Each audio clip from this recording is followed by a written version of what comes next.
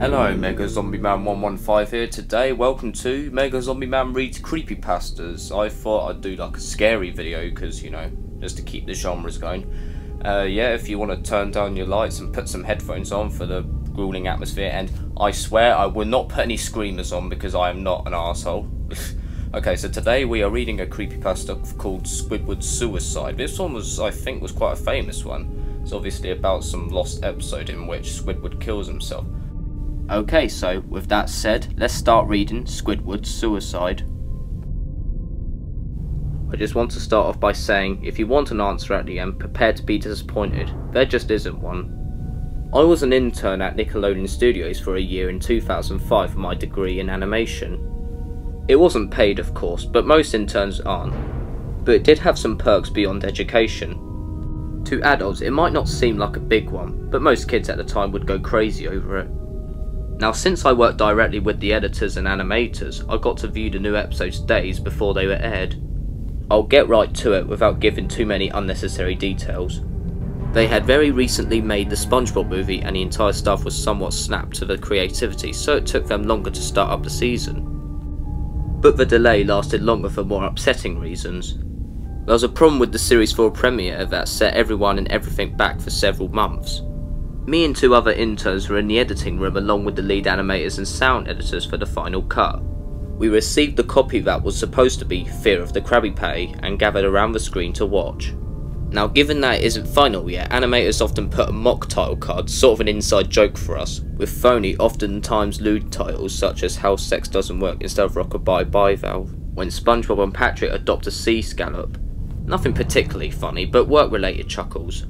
So when we saw the title card, Squidward's Suicide, we didn't think of it more than a morbid joke. One of the interns did a small throat laugh at it. The happy-go-lucky music plays like normal. The story began with Squidward practicing his clarinet, hitting a few sour notes just like normal. We hear SpongeBob laughing outside and Squidward stops, yelling at him to keep it down as he has a concert that night and needs to practice. SpongeBob says okay and goes to see Sandy with Patrick. The bubble splash screen comes up and we see the ending of Squidward's concert. This is when things began to seem off. While playing, a few things repeat themselves, but the sound doesn't. At this point, sound is synced up with animation, so yes, that's not common. But when he stops playing, the sound finishes as if the skip never happened. There is slight murmuring in the crowd before they begin to boo him. Squidward's in full frame and looks visibly afraid.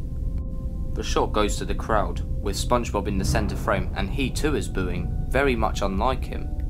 That isn't the oddest thing though. What is odd is everyone had hyper-realistic eyes.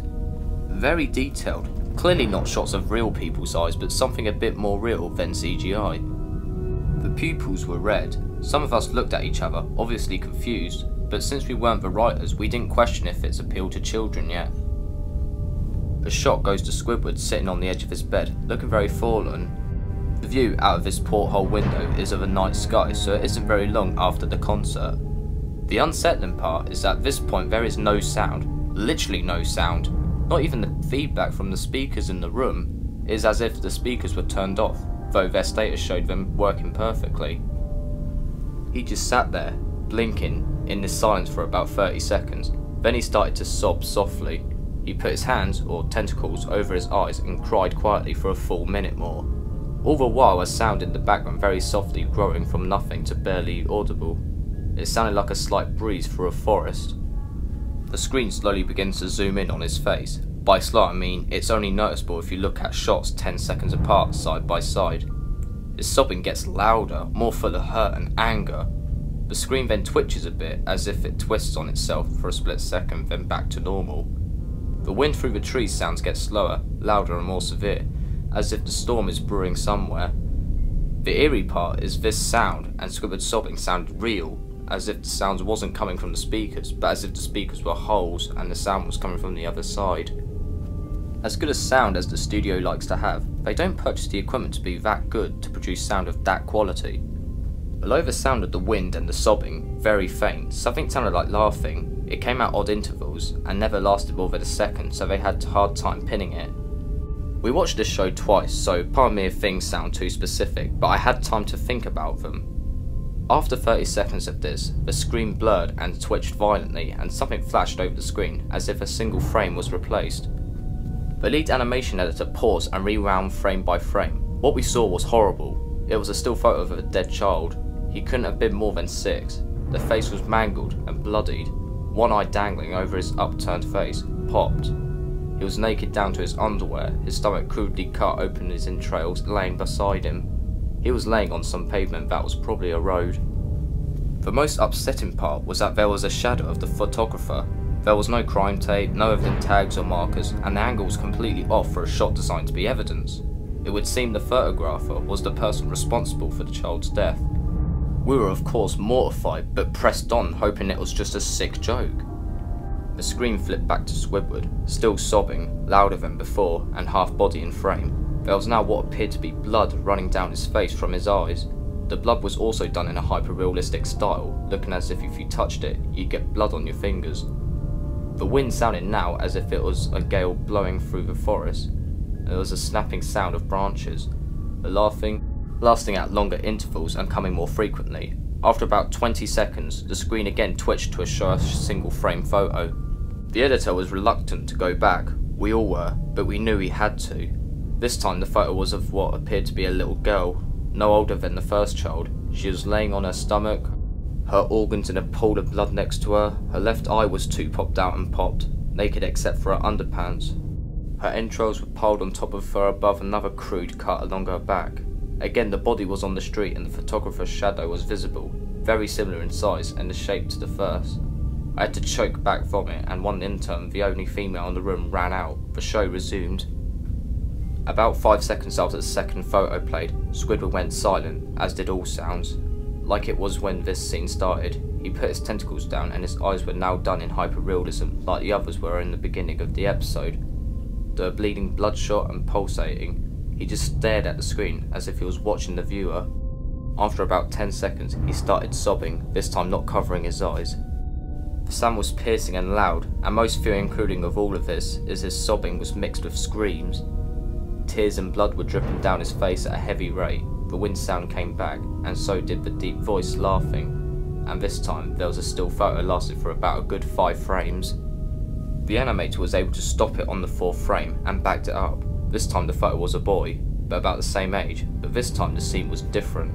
The entrails had just been pulled out from a stomach wound by a large hand. The right eye popped and dangling, blood coming down it. The animator proceeded. It was hard to believe, but the next one was different, but we couldn't tell what. He went on to the next same thing. He went back to the first and played from quicker, and I lost it. I vomited on the floor. The animating and sound editors gasped at the screen. The 5 frames were not as if they were 5 different photos, they were played out as if frames from a video. We saw the hand slowly lift out the guts, and we saw the kid's eyes focused on it, and even saw 2 frames of the kid beginning to blink. The lead sound editor told us to stop. He called in the creator to see this. Mr. Hillenberg arrived within about 15 minutes. He was confused as to why he was called down here, so the editor just continued the episode. Once a few frames are shown, all screaming, all sounds again stopped. Squidward was just staring at the viewer, full frame of the face, for about 3 seconds. The shot quickly panned out and to a deep voice that said, "Do it," and we see Squidward pans out a shotgun, immediately puts the gun in his mouth and pulls the trigger. Realistic blood and brain matter splatters the wall behind him and his bed, and he flies back with force. The last 5 seconds of the episode showed his body on the bed, on his side, one eye dangling on what's left of his head above the floor, staring blankly at it. Then the episode ends. Mr. Hillenberg is obviously angry at this. He demanded to know what the heck was going on. Most people left the room at this point, so it's just a handful of us to watch it again. Viewing the episode twice only served to imprint the entirety of it in my mind and caused me horrible nightmares. I'm sorry I stayed. The only theory we can think of was the file was edited by someone in the chain from the drawing studio to here. The CTO was called in to analyse when it happened. The analysis of the file did show it was edited over by new material, however the timestamp of it was mere 24 seconds before we began viewing it. All equipment involved was examined for foreign software and hardware as well as glitches, as if the timestamp may have glitched and showed the wrong time, but everything checked out fine. We don't know what happened, and to this day nobody does. There was an investigation due to the nature of the photos, but nothing came of it. No child was identified and no clues were gathered from the data involved, nor physical clues in the photos. I never believed in unexplained phenomena before, but now that I have something happen and can't prove anything about beyond evidence, I think twice about things. Okay, so that's it for the creepypasta Squidward suicide. Now, what did I think of this creepypasta? Well, it was quite alright, I thought. I mean, I have seen SpongeBob before, and now after reading this creepypasta, I honestly would think I won't be able to watch that show the same way again, if I had to be honest. If there was one criticism to this, I would have to say that the way the children were, like, explained in the creepypasta, it was really weird. I had to like retake myself saying the lines because I felt for some reason uneasy reading those, just the way it was all like. I don't know what was really the point in the kids in it. I mean, was it there just to be more scary or more shocking? It just seemed like they were just thrown in there just for more shocking factor. But overall, I thought this creepypasta was actually quite good. I don't know if I'm going to make more of these, but if any people might want any suggestions of what I should read next, then go ahead and comment if you want. And I'll see you next time.